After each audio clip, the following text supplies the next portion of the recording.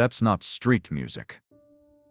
Elvis stopped walking when the sound reached his ears, his trained musical instincts immediately recognizing something extraordinary happening on the corner of Beale Street.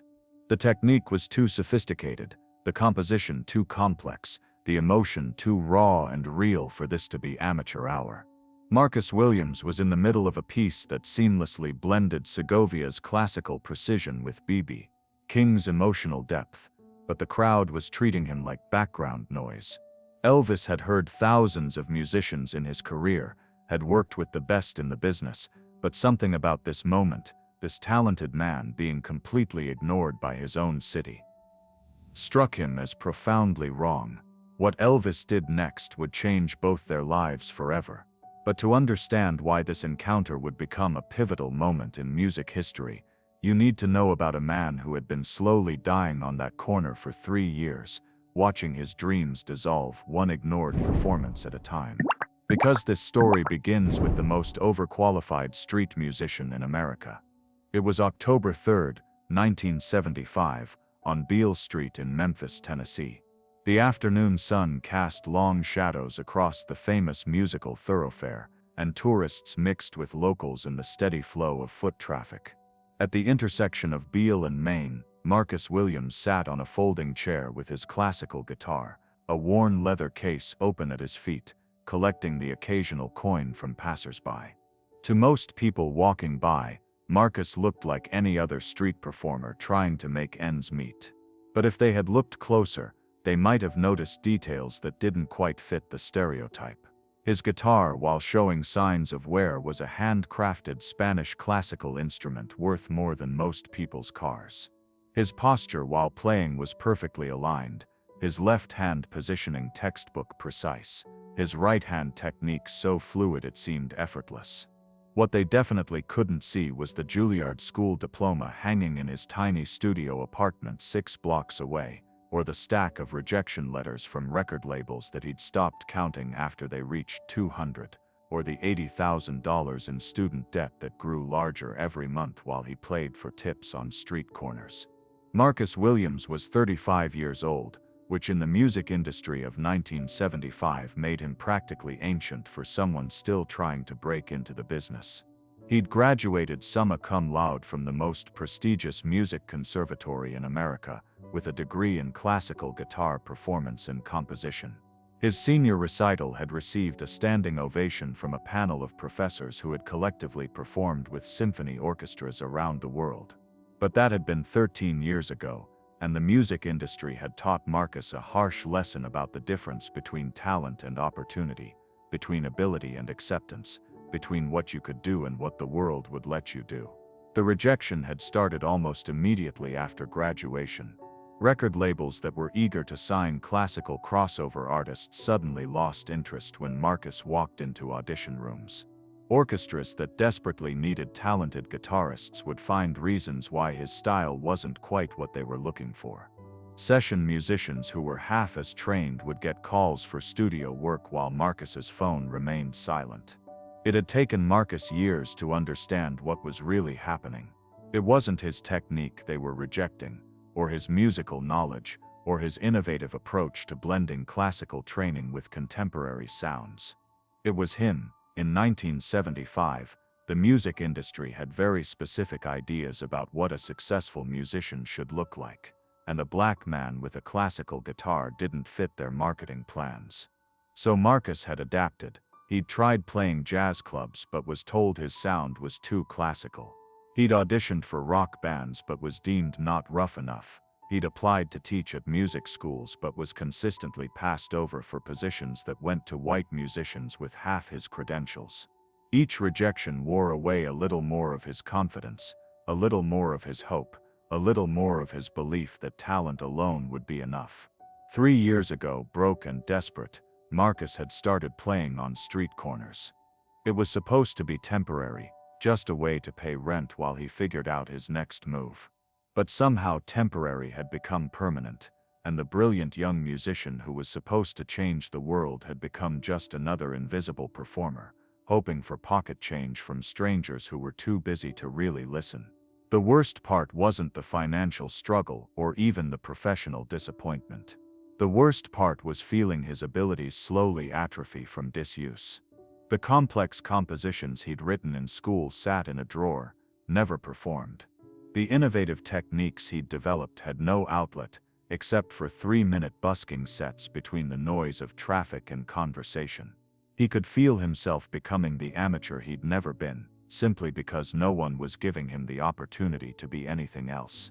On this particular October afternoon, Marcus was playing one of his own compositions, a piece that began with classical Spanish guitar techniques and gradually incorporated blues progressions he'd learned from studying the Memphis masters. It was the kind of musical fusion that could revolutionize popular music if anyone was listening. But as usual, people hurried by without a second glance, their conversations and cell phone calls more important than the sophisticated artistry happening just feet away. Marcus had actually made a decision that morning that nobody knew about, not even his girlfriend Sarah, who had been supporting his musical dreams, even as they destroyed their financial stability. This was going to be his last month of street performing. At 35, he was going to give up on music and find a regular job, something steady that could pay back his student loans and maybe give him a normal life. The irony was crushing. He had spent 13 years trying to break into an industry that supposedly valued musical excellence, only to discover that excellence wasn't enough if it came in the wrong package. Now he was about to abandon the very talents that had once made his professors weep with pride, talents that could create music most performers could only dream of achieving. But Marcus didn't know that on this afternoon, the most famous musician in America was walking down Beale Street, and that Elvis Presley's trained ear was about to hear something that would change everything. Elvis had been in Memphis visiting his mother's grave at Forest Hill Cemetery, and had decided to take a walk through the city that had shaped his early musical education. He loved these impromptu tours of Beale Street, where he could sometimes recapture the excitement he'd felt as a teenager discovering the blues masters who would influence his entire career. As Elvis walked past the various shops and clubs, his musical instincts were constantly engaged, picking up fragments of songs from car radios, conversations about music, the ambient sounds that made Memphis unique. So when the sophisticated guitar work reached his ears from the corner of Beale and Main, every fiber of his musical training told him to pay attention. What Elvis heard wasn't typical street music. This was someone with serious classical training attempting something genuinely innovative, taking the precise finger positioning and complex harmonies of Spanish classical guitar and merging them with the emotional vocabulary of Memphis blues. The technique was flawless, the composition original, the execution professional level. Elvis approached slowly, not wanting to disrupt the performance, but needing to understand what he was witnessing.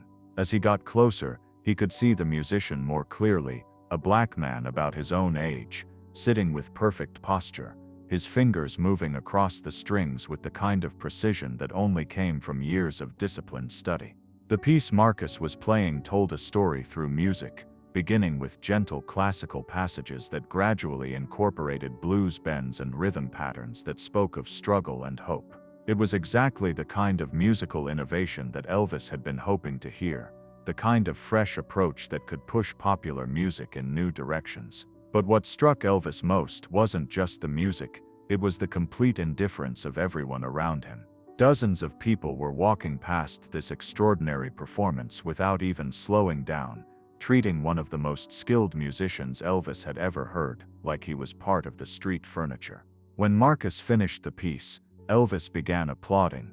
The sound of one person clapping made Marcus look up, and for the first time in months, he saw someone who had actually been listening to his music rather than just hearing background noise. "That was beautiful, man," Elvis said, his voice carrying genuine appreciation. "I mean really beautiful." "What was that piece?" Marcus was startled to be directly addressed by someone who seemed to understand what he'd been playing. Most people, when they bothered to interact at all, would drop a coin and keep walking, or occasionally request a song they'd heard on the radio. "It's something I wrote," Marcus said cautiously. "A combination of Spanish classical techniques with some Memphis blues progressions." "I could hear that," Elvis said, settling down on a nearby bench. "That's some serious musicianship." Where'd you study? The question hit Marcus like a punch to the stomach. Where had he studied?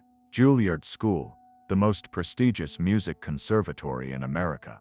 But admitting that while sitting on a street corner with a guitar case full of loose change felt like confessing to the most expensive failure in educational history. Various places, Marcus said evasively, not wanting to get into the long story of his professional disappointments with a stranger, even one who seemed genuinely interested in his music. But Elvis's musical ear was telling him that various places was a significant understatement. This level of technical proficiency didn't come from casual lessons or self-teaching. This was conservatory-level training combined with serious study of multiple musical genres. Man, I've worked with a lot of musicians, Elvis said, and what you're doing, that's not amateur hour. That's professional-level composition and performance. How long you been playing street corners? The question was asked with such genuine curiosity, without judgment or condescension, that Marcus found himself answering more honestly than he'd planned. About 3 years, Marcus admitted. It's not exactly where I thought I'd end up, but sometimes life doesn't go according to plan. Elvis heard something in Marcus's voice, a mixture of resignation and barely contained frustration that he recognized from his own early struggles with the music industry. But this situation was different. Elvis had eventually found acceptance and success, while this obviously talented musician was being completely ignored. What kind of plan did you have? Elvis asked gently. Marcus looked at this stranger who seemed genuinely interested in his story, and something in Elvis's manner made him want to open up about the dreams he'd been slowly abandoning. I studied classical guitar, Marcus said carefully. Composition too. I had this idea about creating a new kind of music that would combine different traditions, classical techniques with contemporary American sounds. I thought maybe I could introduce classical guitar to popular music audiences, or bring some innovation to traditional classical performance. That sounds exactly like what you were just playing, Elvis observed. And it was incredible. So what happened? Marcus laughed, but there was no humor in it. What happened was reality. Turns out the music industry has very specific ideas about who gets to innovate and who gets to succeed, and I apparently don't fit their image. He'd seen enough of the music industry to know how it treated talented musicians who didn't fit conventional expectations, and he could imagine what someone like Marcus had faced trying to break through barriers that shouldn't have existed. Where did you study? Elvis asked again, more gently this time. Marcus took a deep breath. He was tired of hiding his background, tired of pretending that his education didn't matter when it was the thing he was most proud of in his life. Juilliard, he said quietly. Graduated summa cum laude in classical guitar performance and composition. Elvis sat back, genuinely stunned. Juilliard School was legendary in music education, accepting only the most exceptional students and producing musicians who typically went on to perform with major orchestras or launch successful solo careers. Finding a Juilliard graduate playing street corners was like discovering a master chef working at a fast food restaurant. Juilliard, Elvis repeated. Man, that's incredibly impressive, and you're out here on street corners. Apparently my degree doesn't open as many doors as I thought it would, Marcus said with bitter honesty. I've auditioned for just about every type of musical position you can imagine. Orchestras, recording studios, session work, teaching positions. Always qualified, always passed over.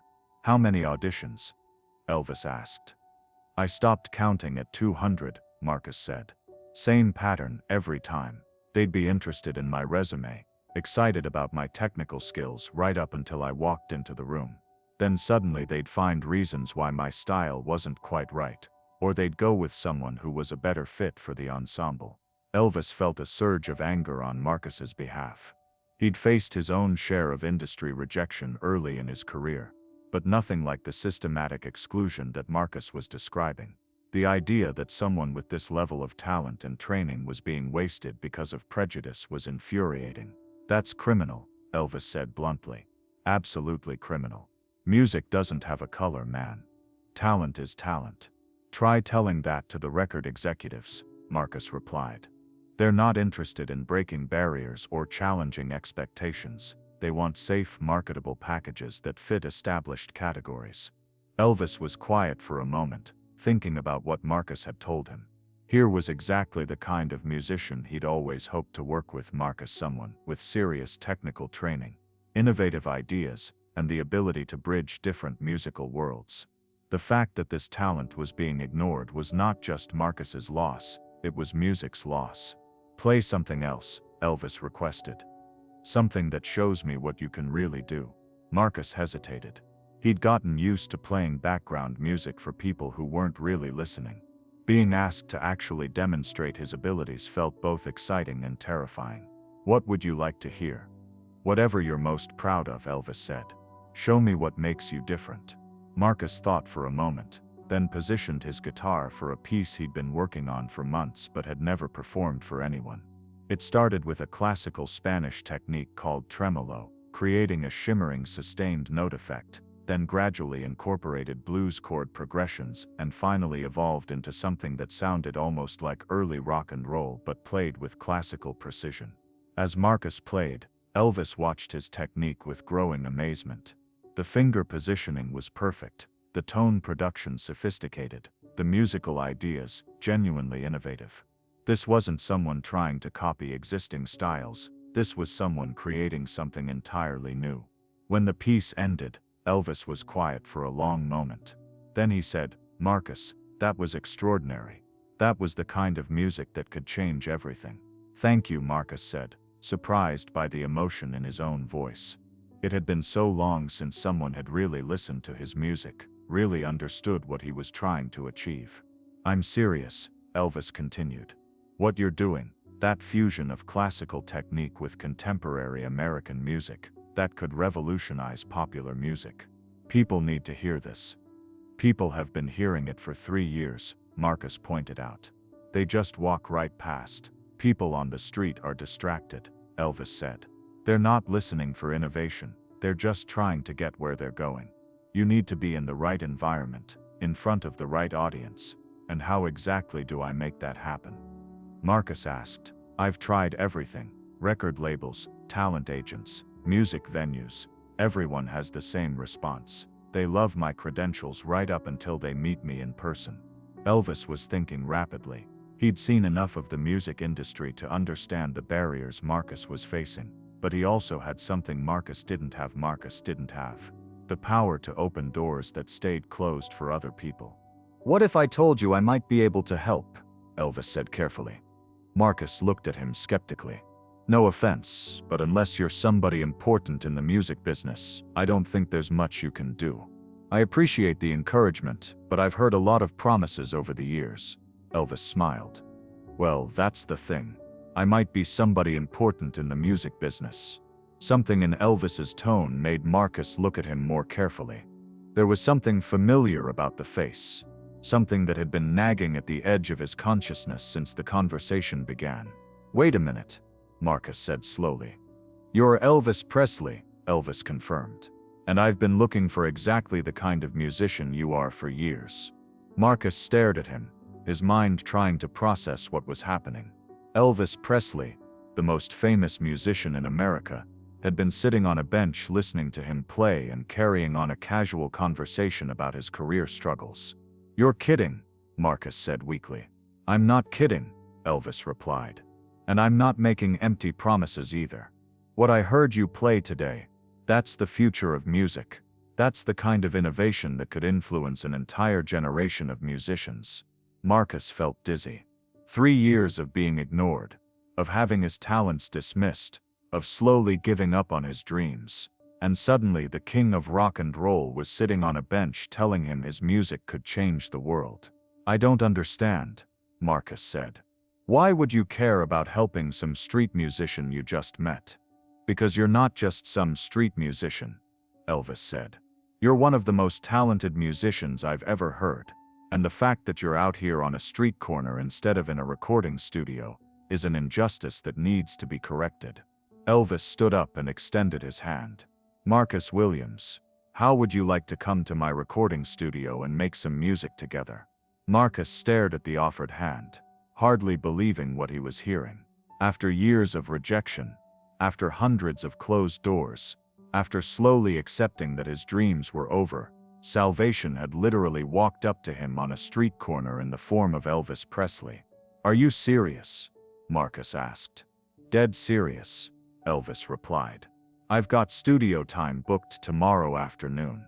Instead of working on my material, why don't we see what happens when we combine your classical training with my rock and roll background?" Marcus shook Elvis's hand, still struggling to believe this was really happening. "Yes," he said. "Yes, absolutely yes." "Good," Elvis said. "Meet me at American Sound Studio tomorrow at 2 o'clock. Bring that guitar and whatever compositions you've been working on." As Elvis started to walk away, he turned back. "And Marcus, stop thinking of yourself as a street musician. You're an artist, and it's time the world knew it." The next afternoon, Marcus arrived at American Sound Studio with a folder full of compositions he'd never thought anyone would hear, and a guitar case that contained 13 years of frustrated dreams. Elvis was already there, along with several session musicians who were clearly curious about this collaboration their famous employer had arranged. "Gentlemen," Elvis announced, "I want you to meet Marcus Williams.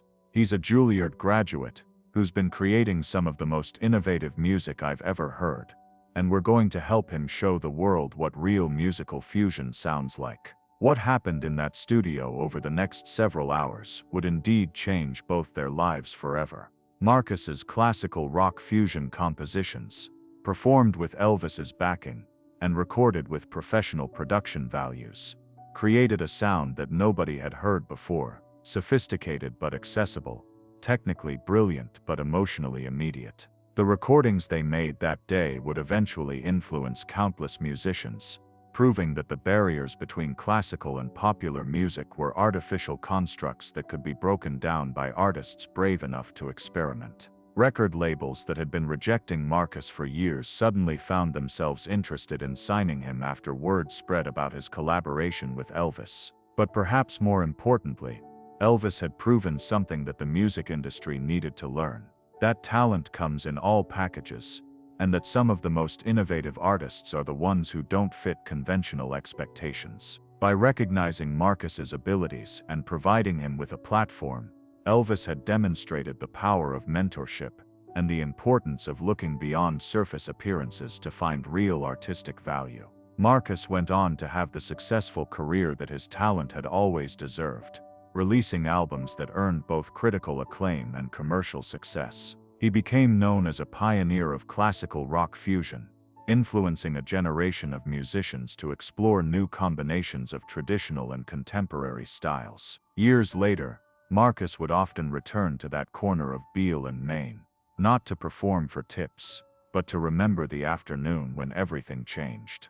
He would tell anyone who would listen about the day Elvis Presley proved that sometimes all it takes is one person who really listens to turn a street corner musician into a recording artist. The story of Marcus and Elvis became legendary in Memphis music circles, but its broader significance went far beyond one successful collaboration. It became an example of how the music industry could change when established artists used their influence to support emerging talent, regardless of whether that talent came in expected packages. Music schools began using Marcus's story as an example of perseverance and the importance of continuing to create, even when recognition seems impossible. The American Sound Studio recordings he made with Elvis are still studied by music students learning about innovative approaches to genre fusion. Most importantly, the encounter reminded everyone involved that great music can come from anywhere, and that sometimes the most extraordinary talent is hiding in the most ordinary places, waiting for someone with the wisdom and generosity to really listen. Today, more than 45 years later, the corner of Beale and Main has a small plaque commemorating the day Elvis Presley discovered Marcus Williams. But the real memorial to that afternoon isn't made of bronze. It's made of music, innovation, and the understanding that talent deserves recognition, regardless of the package it comes in. The collaboration between Elvis and Marcus became more than just a recording session. It became a masterclass in musical innovation that would influence the industry for decades to come. The session musicians who witnessed that first afternoon at American Sound Studio later described it as watching two masters of different musical traditions discover they spoke the same language. Marcus brought compositions that showcased the full range of his classical training while incorporating the street wisdom he'd gained from 3 years of performing for audiences who weren't listening. Elvis contributed his instinctive understanding of what made music emotionally powerful, his ability to find the heart of a song and make it accessible to mainstream audiences. The first piece they worked on together was Marcus's composition that had stopped Elvis in his tracks on Beale Street. In the studio with professional microphones and skilled session musicians, the classical blues fusion took on new dimensions. Elvis suggested adding subtle percussion that emphasized the rhythmic complexity Marcus had built into the piece, while Marcus showed Elvis classical techniques that could add sophistication to rock arrangements. "This is what music should be," Elvis told the engineers as they listened to the playback. "This is innovation. This is taking the best of different traditions and creating something entirely new." The recordings they made that day would eventually be studied in music schools as examples of successful genre fusion. But more immediately, they served as Marcus's introduction to the professional music world that had been denying him access for over a decade.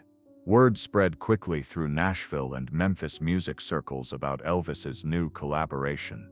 The same record executives who had been rejecting Marcus for years suddenly found themselves curious about the mysterious classical guitarist who had captured Elvis Presley's attention. Within a week, Marcus received more calls from industry representatives than he'd gotten in the previous 3 years combined. But this time, the conversations were different. Instead of being politely dismissed after initial meetings, Marcus found himself in serious discussions about recording contracts, tour opportunities, and artistic development deals. The transformation was surreal for someone who had spent years being invisible to the same industry that was now courting him. But Marcus quickly learned that Elvis's endorsement came with both opportunities and challenges.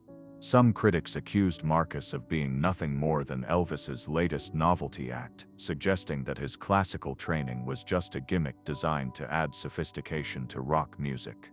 Others questioned whether a street musician could really deliver the kind of professional performances that recording contracts demanded. Marcus faced these criticisms by doing what he'd always done, letting his music speak for itself. His first solo album, recorded 6 months after that initial session with Elvis, showcased compositions that ranged from purely classical pieces to rock songs that incorporated Spanish guitar techniques to blues numbers that used conservatory-level harmonic structures. The album, titled Street Corner Symphonies, became both a critical and commercial success. Music critics praised Marcus for creating a genuinely new sound that respected both classical and popular music traditions without pandering to either. Popular audiences discovered that classical techniques, when applied to familiar song structures, could create music that was both intellectually satisfying and emotionally powerful.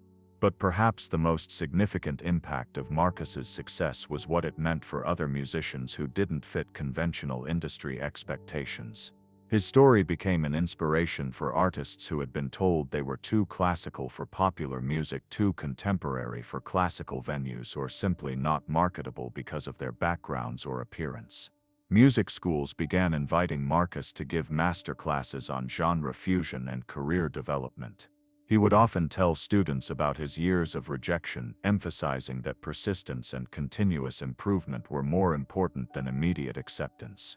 "I spent 13 years being told I didn't fit," Marcus would say during these sessions. "But I never stopped writing, never stopped practicing, never stopped believing that music could bridge any gap if you approached it with honesty and skill." The relationship between Elvis and Marcus continued long after their initial collaboration. Elvis frequently invited Marcus to join him for recording sessions, television appearances, and live performances.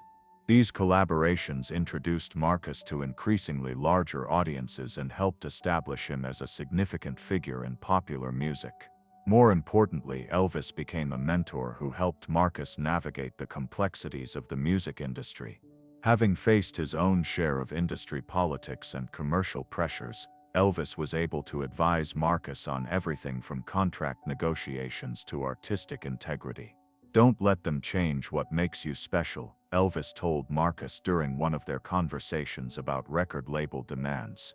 The reason you're here is because you do something nobody else can do. If they wanted conventional music, they could hire conventional musicians. This mentorship relationship became a model for how established artists could support emerging talent. Elvis's willingness to use his platform and influence to promote Marcus's career demonstrated that successful musicians had a responsibility to help others overcome the barriers they had faced. The impact extended beyond individual career development. The success of Marcus's classical rock fusion opened doors for other experimental musicians who had been creating innovative music outside of established industry categories. Record labels that had previously been risk-averse began actively seeking artists who could bring fresh perspectives to popular music. Music education programs began incorporating more diverse influences into their curricula, recognizing that the future of music lay in artists who could move fluently between different traditions. Conservatories that had previously focused exclusively on classical performance began offering courses in popular music, while rock and jazz programs started requiring students to study classical techniques. The change was gradual but significant.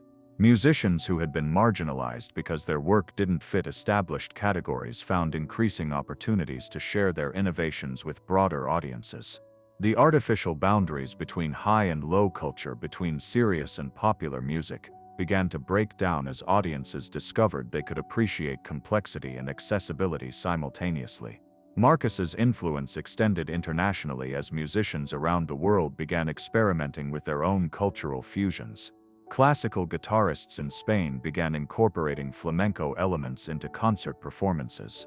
Jazz musicians in New York started using classical composition techniques in their improvisations.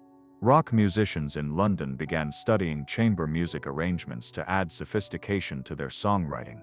The recording techniques developed during Marcus and Elvis's collaborations also influenced music production. Engineers learned how to capture the subtle dynamics of classical guitar performance while maintaining the energy and power that popular music demanded. These technical innovations improved the recording quality for all musicians who worked in multiple genres. Music venues began programming concerts that featured artists like Marcus who couldn't be easily categorized. Fusion became a legitimate genre category rather than a marketing problem, and audiences developed greater appreciation for musical complexity and innovation. The economic impact was substantial as well. Marcus's success demonstrated that there was a significant market for sophisticated popular music, leading to increased investment in artist development and experimental recording projects. Music education programs saw increased enrollment as students realized they could pursue careers that combined their diverse musical interests. The social implications were equally important. Marcus's story became a powerful example of how prejudice and narrow thinking could limit artistic development. His success challenged assumptions about who could be a successful musician and what kinds of music deserved serious consideration. Community music programs began emphasizing the importance of listening to all kinds of musical expression, regardless of where or by whom it was performed. The idea that great music could be found in unexpected places became an accepted principle rather than a rare occurrence. Marcus continued performing and recording for decades after his discovery by Elvis, releasing over 20 albums that explored different aspects of musical fusion. He collaborated with symphonies, jazz ensembles, world music artists and rock bands, always bringing his unique perspective to traditional formats. His annual return to the corner of Beale and Main became a Memphis tradition, where he would perform free concerts that showcased emerging local musicians alongside his own compositions. These events celebrated the idea that music belonged to everyone, not just to those who could afford concert tickets or recording contracts. Educational institutions around the world began offering scholarships in Marcus's name for students who showed promise in cross-cultural musical studies. The Marcus Williams Foundation, established with proceeds from his most successful albums, provided instruments and instruction to young musicians who might not otherwise have access to formal music education. The foundation also supported research into the therapeutic applications of music fusion, funding studies that explored how different musical traditions could be combined to support healing and community building. These programs demonstrated that Marcus's innovations had value beyond entertainment, contributing to social work, medical treatment, and cultural understanding. Music therapy programs began incorporating Marcus's techniques, finding that the combination of classical precision with popular accessibility could reach patients who didn't respond to conventional musical interventions. Hospitals, rehabilitation centers, and mental health facilities began using fusion music as a tool for promoting healing and emotional well-being. The international recognition of Marcus's work led to cultural exchange programs that brought musicians from different countries together to explore collaborative possibilities. These programs helped break down national and ethnic barriers, demonstrating that musical innovation could contribute to global understanding and cooperation. As Marcus entered his 70s, he began focusing more on teaching and mentorship, establishing a music academy that specifically served students from underrepresented communities. The Academy's philosophy emphasized that musical excellence could emerge from any background and that diversity strengthened rather than weakened artistic traditions. The Academy attracted students from around the world who came to study not just Marcus's fusion techniques but his approach to overcoming systemic barriers and maintaining artistic integrity in challenging circumstances. Graduates of the program went on to successful careers in various musical fields, carrying forward Marcus's commitment to innovation and inclusion. Elvis's role in Marcus's discovery became a central part of both their legacies, demonstrating how established artists could use their influence to create positive change. Music historians began studying their collaboration as an example of how mentorship relationships could transform entire industries. The story influenced how record labels approached talent scouting, encouraging executives to look beyond conventional venues and expected presentations. Street performers, club musicians, and other artists who had been overlooked began receiving more serious consideration from industry representatives who understood that innovation often came from unexpected sources. Today, the corner of Beale and Main features not just a commemorative plaque but a small performance space where local musicians can showcase their work. The Marcus Williams Memorial Stage hosts weekly concerts that feature both established and emerging artists, continuing the tradition of recognizing musical excellence wherever it appears. Music students from around the world make pilgrimages to Memphis to perform at the site where Marcus and Elvis first met, understanding that they are participating in a tradition that celebrates the power of music to transcend artificial boundaries and bring people together. The recordings Marcus and Elvis made together continue to be discovered by new generations of listeners who find in their collaboration proof that the most powerful music comes from artists who are willing to take risks, challenge expectations, and trust that quality will eventually find its audience. Their story remains relevant because the challenges Marcus faced, industry prejudice, limited opportunities for innovative artists, the struggle to maintain artistic integrity while achieving commercial success, continue to affect musicians today. But his eventual triumph provides hope and practical guidance for artists who refuse to compromise their vision for the sake of easy acceptance. The lesson of that October afternoon on Beale Street continues to resonate, that sometimes the most extraordinary art is hiding in the most ordinary places, waiting for someone with the wisdom and courage to really listen. And sometimes when that listening happens, it can change not just individual lives but entire cultural traditions. Have you ever walked past something extraordinary without noticing it? Share your thoughts in the comments below, because just like Marcus Williams discovered that October afternoon, sometimes the most life-changing opportunities come from the most unexpected encounters, and sometimes all it takes is one person who really listens to change everything.